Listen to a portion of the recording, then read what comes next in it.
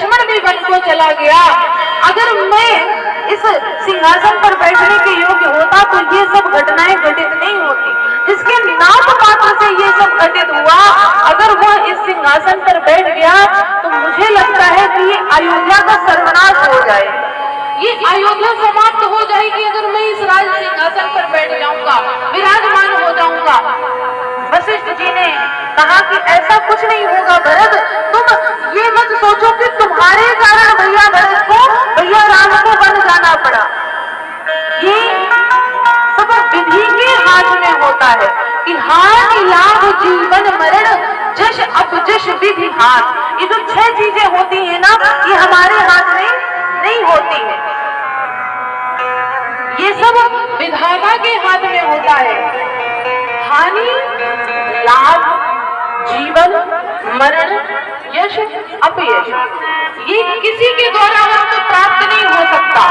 ये जो भगवान ने हमारे भाग्य में लिख दिया है वो होकर रहेगा, इसमें किसी को कोई दोष नहीं होता।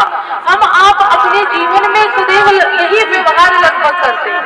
अगर हमारा किसी के कारण कुछ नुकसान हो गया ना, तो हम सदैव आजीवन उसी को दोष देते हैं कि तुम्हारे कारण मेरा ये नुकसान हुआ, तुमने अगर ये कार्य कर दिया होता तो मेरा आज ये नुकसान ना होता।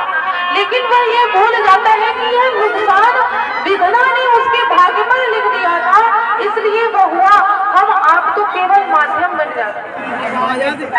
आप प्रत्यक्ष ये प्रमाण देखिए कि ये जो कथा चल रही है, सत्संग चल रहा है, यज्ञ हो रहा है, ये ना हमारे कारण हो पाया, ना संत जी के कारण हुआ, ना किसी और के कारण हुआ। ये भगवान चाहते थे, ये आप लोगों के भाग्य में लिखा था इस सुंदर अवसर में भाग लेने का, सहयोगी बनने का, इसलिए यह सब संभव हो पाया है। हम आप तो केवल माध्यम बन गए।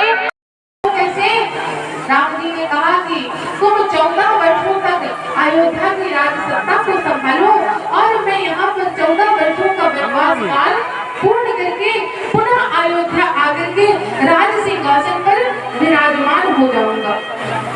भरत जी ने कहा कि आप ये सत्य कह रहे हैं नाथ, राम जी ने कहा मैं ये बात बिल्कुल सत्य कह रहा हूँ।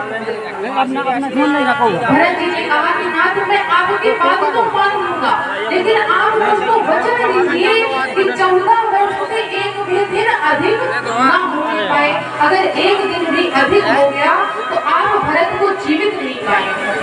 इस प्रकार राघव जी ने भरत जी को वचन दिया और भरत जी से कहा अब आप चित्रकूट से अयोध्या की ओर प्रस्थान करिए। भरत जी ने कहा मैं ऐसे नहीं जाऊंगा ना, मुझे आप कुछ ऐसी निशानी दीजिए कि जिसको मैं देख करके अयोध्या की राज सत्ता का निर्वाहन कर सकूं।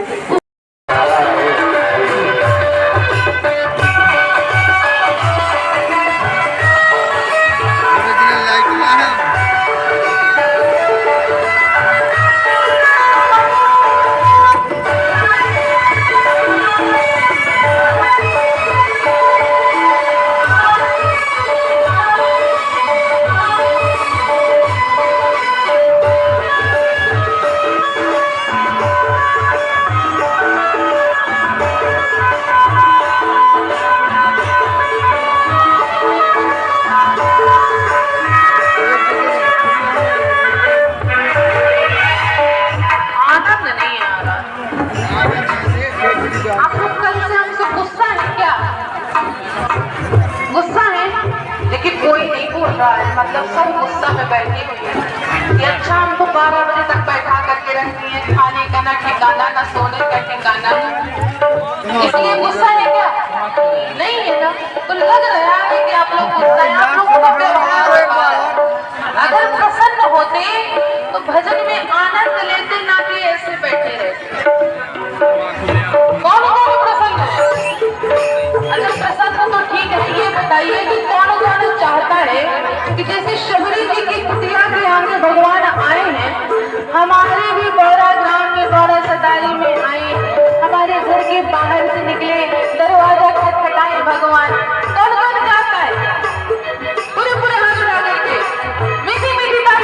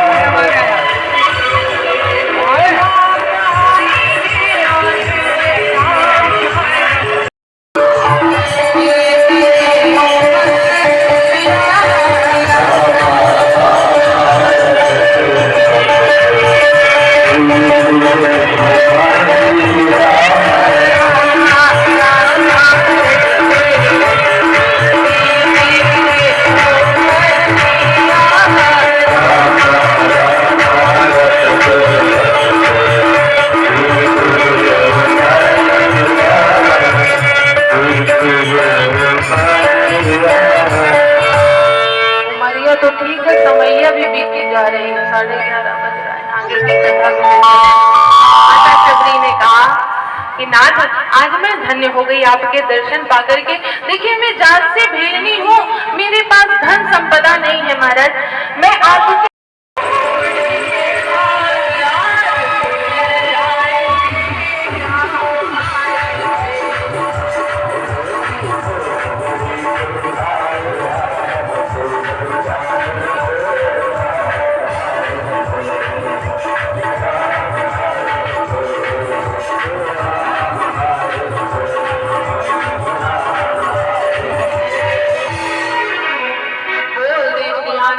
भगवान की, जिन्होंने नृत्य किया है ना जरूर आएंगे।